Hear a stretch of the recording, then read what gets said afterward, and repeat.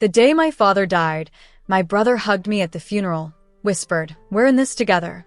And then 3 weeks later, he changed the locks on our family home. I'm not exaggerating.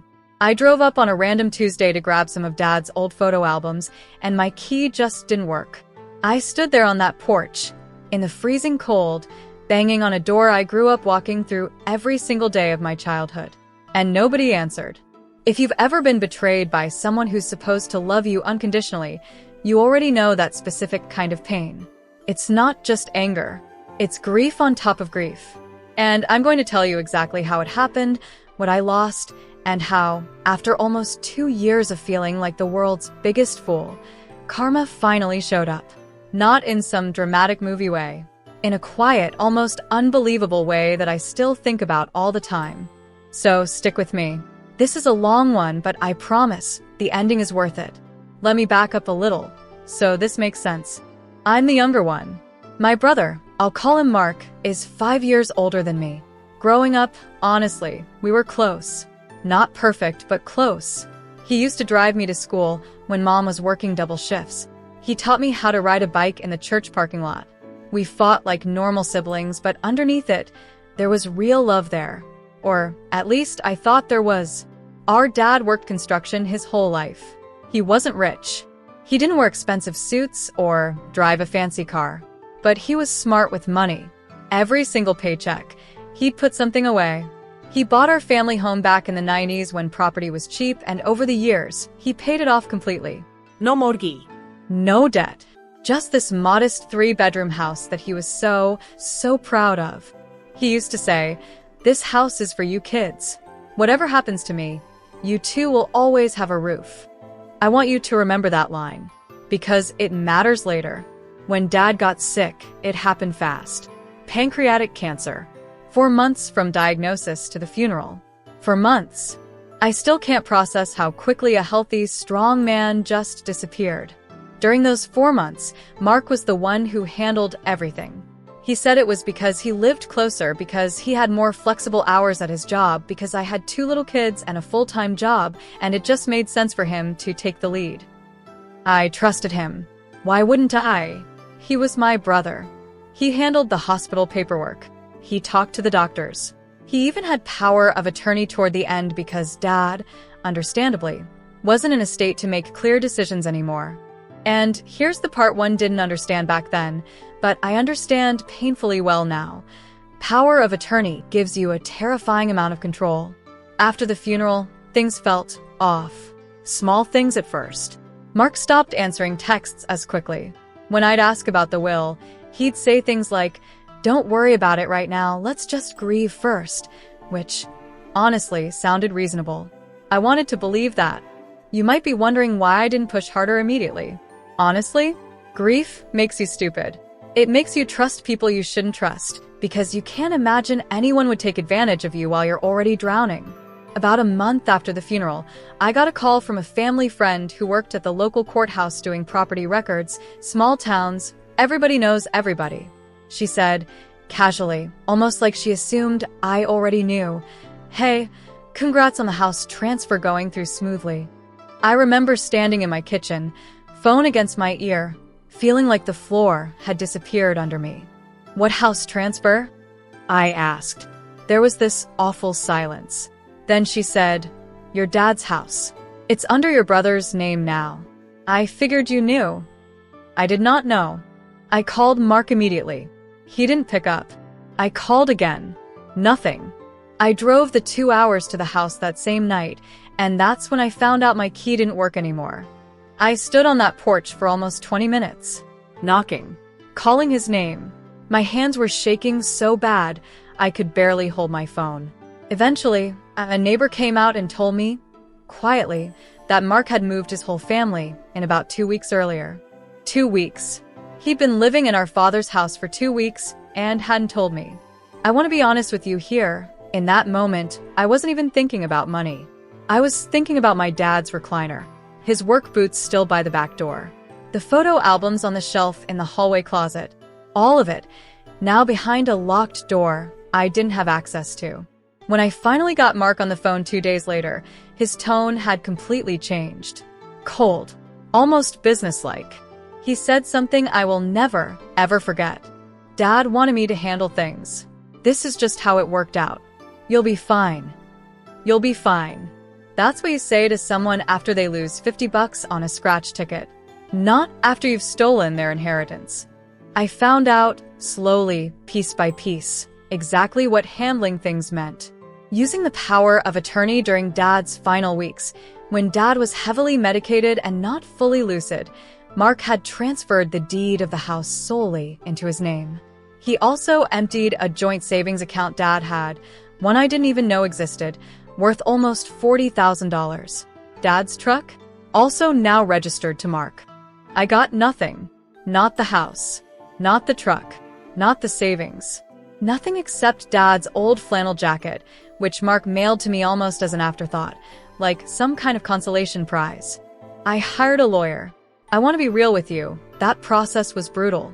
Contesting something like this, especially when a sibling used a legal document like power of attorney, is incredibly difficult. My lawyer told me up front, these cases are emotionally exhausting and financially draining, and there's no guarantee of winning.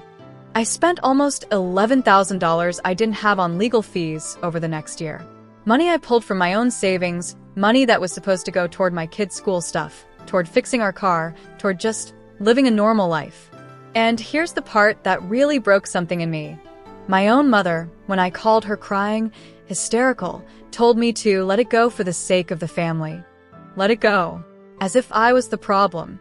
As if wanting what my dying father explicitly promised me was somehow me being difficult. I'm not going to lie to you and pretend I handled all of this gracefully.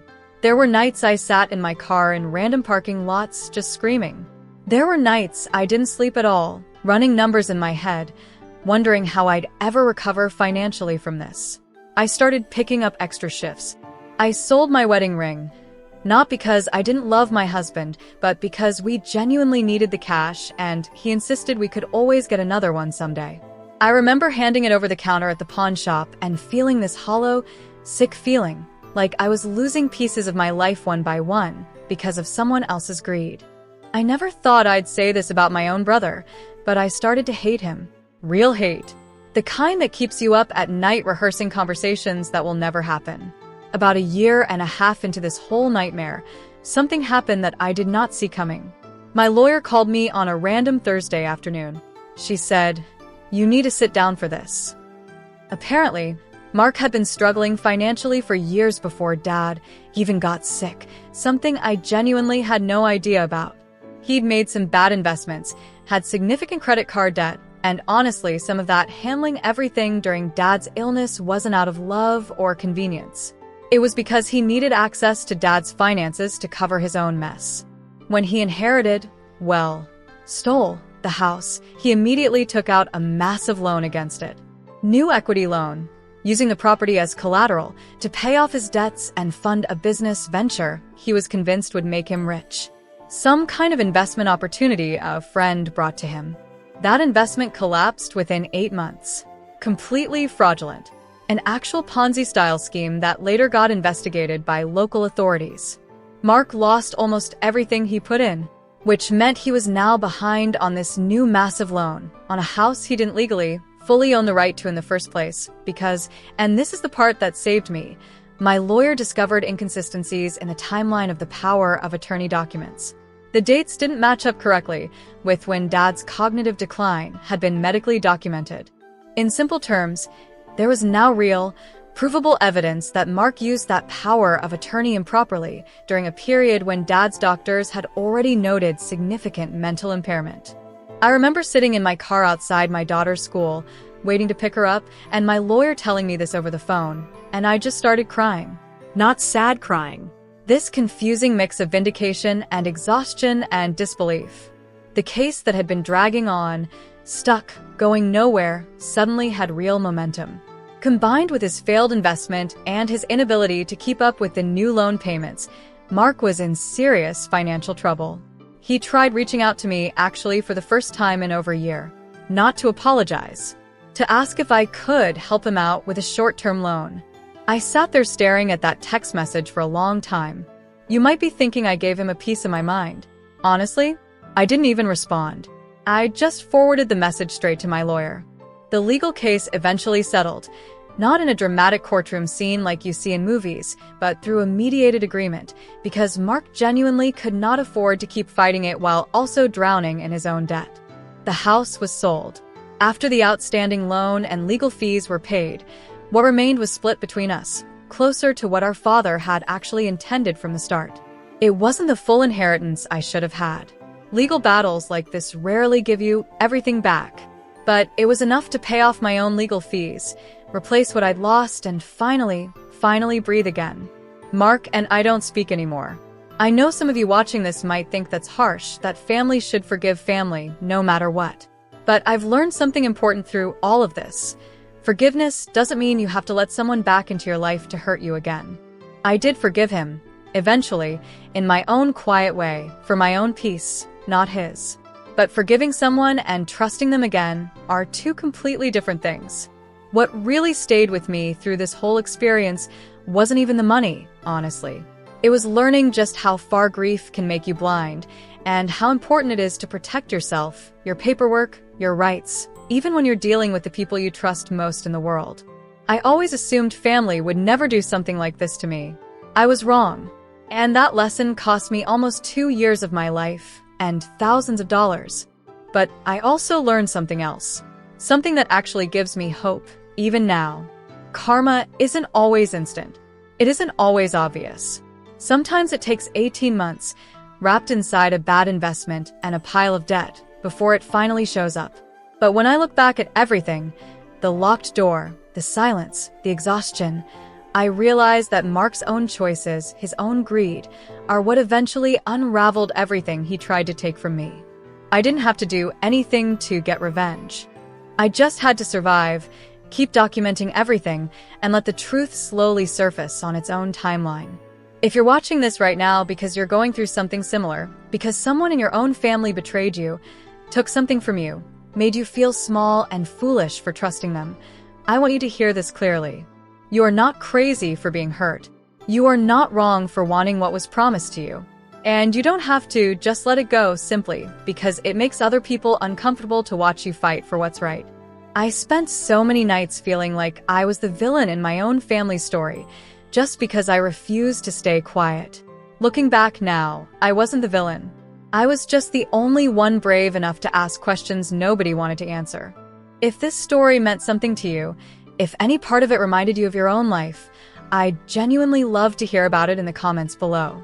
Sometimes just knowing someone else survived something similar makes the whole thing feel a little less lonely. And if you want to hear more real stories like this one, real struggles, real turning points, real endings that actually mean something, make sure you subscribe because trust me, this isn't the only story I have to tell. Thank you for sitting through this one with me. I know it wasn't easy to hear, and honestly, it wasn't easy to tell. But some stories deserve to be told, even the painful ones. Especially the painful ones. I'll see you in the next video.